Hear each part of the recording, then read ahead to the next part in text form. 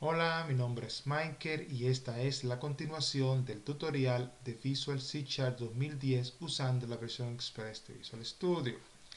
Hoy vamos a tocar un tema nuevo que viene muy relacionado con lo que hemos tocado en los últimos tutoriales sobre arreglos y colecciones y lo vamos a llamar a este Generic List, que es tal vez la última o la que nos falta por tocar con relación a las listas y los arreglos. Esta es una de las más famosas. Vamos a llamar a este proyecto así mismo, Generic List. Recuérdense que yo definía las colecciones de clases de C Sharp como un grupo de objetos, eh, no, como un conjunto de clases que eran diseñadas o que fueron diseñadas específicamente para agrupar objetos y llevar a cabo tareas con ellos. Y ahí hablaba de los list T, que son los que tocaré hoy en los generic lists, hablaba de los array lists y de otros collections que tienen propiedades muy similares a los arreglos de C Sharp. Pero la ventaja fundamental de estas clases de los arreglos es que pueden crecer y reducir el número de objetos almacenados fácilmente, es decir, dinámicamente. Esa era básicamente la diferencia entre los arreglos y los collections. La clase TList o list T, que se escribe de la siguiente forma, vamos a poner aquí un botoncito para graficarlo. Se pone así, list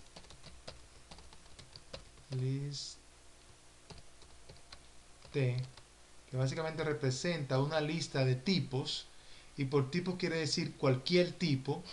Es un, está contenida en el System Collection Generic. Recuerden que en los tutoriales pasados hablábamos de el using system.collection y ahí utilizamos los array lists y vimos sus ventajas con relación a los arreglos.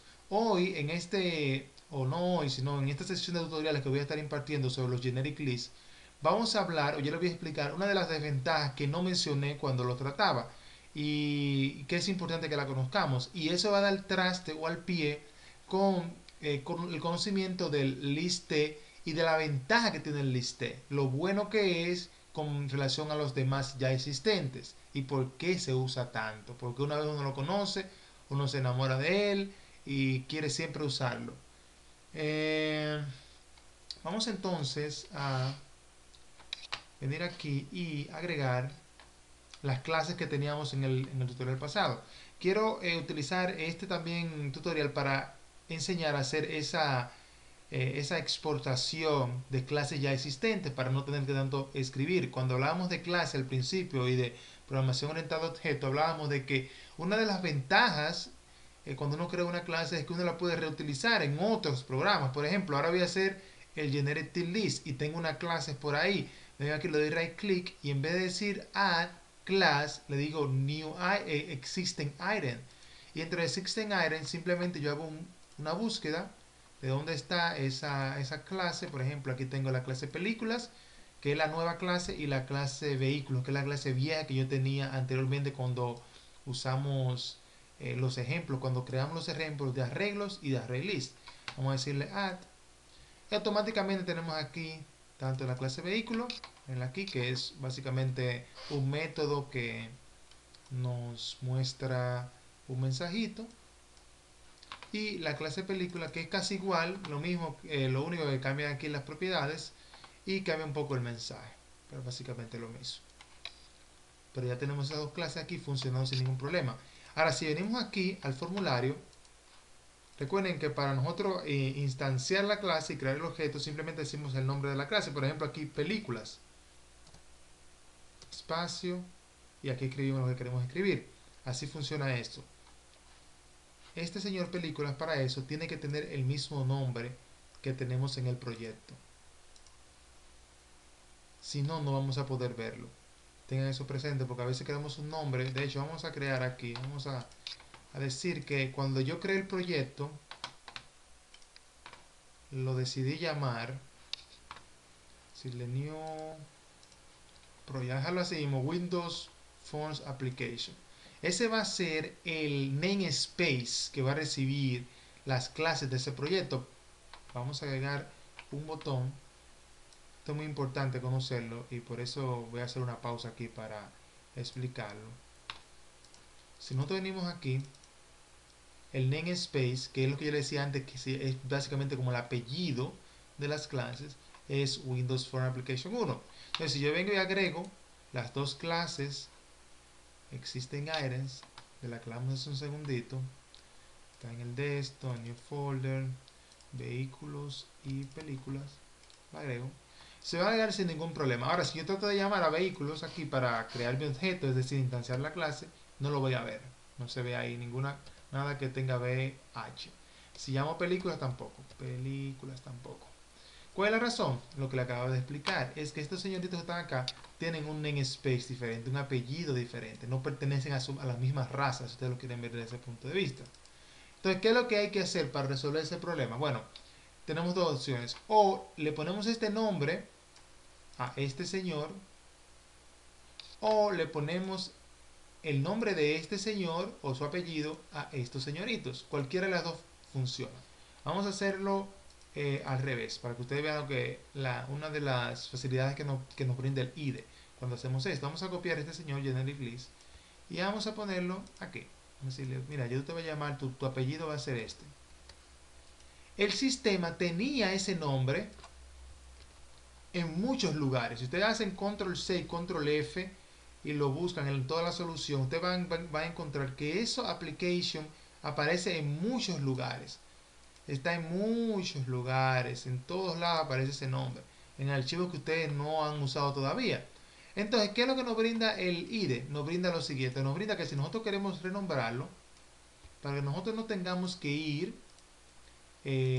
a todos los sitios donde existe el Windows Form Application 1, cuando lo pongamos, él nos dice aquí, con esta cosita aquí en roja, esta rayita, si nos posicionamos encima de esta flechita, nos dice, ¿quieres renombrar Windows Application Form con Generic List? Ustedes le dan aquí y él automáticamente hace el renombramiento de eso en todas partes.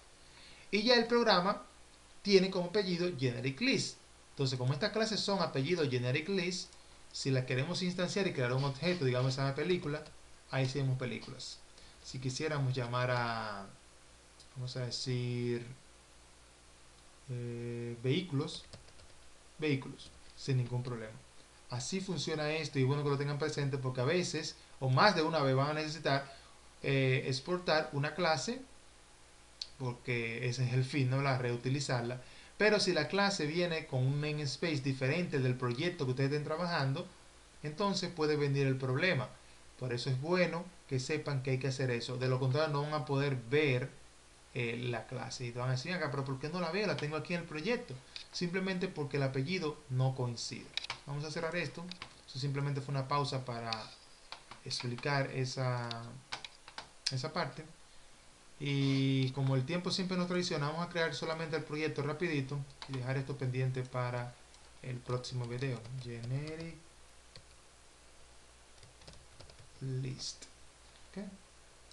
¿Ok?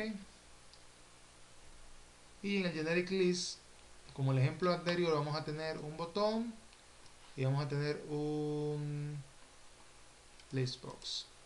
Luego iremos usando otro, vamos a ver el botón, el listbox, labels y entre otras cosas. Luego utilizaremos otro, pero espero que cuando ya terminemos de usar esto lo conozcan bien y les sirva para usarlo en sus proyectos. Vamos a entrar aquí. Bueno, vamos a usar el using que hablamos, se llama system.collection. Luego vamos a usar el .generic para hablar de las listas, que es lo que vamos a tratar. Pero antes vamos a graficar lo que teníamos antes, lo que teníamos en el tutorial pasado. System item. En el tutorial pasado teníamos lo siguiente, teníamos a película y teníamos a vehículo, ahora vamos a tener a película, que básicamente, como expliqué, es la misma cosa. Lo único que cambia es el mensajito, porque en una clase vamos a hablar de películas y en otra vamos a hablar de vehículos. Y dentro del programa CS teníamos este código, que es lo que teníamos en el botón. Voy a copiar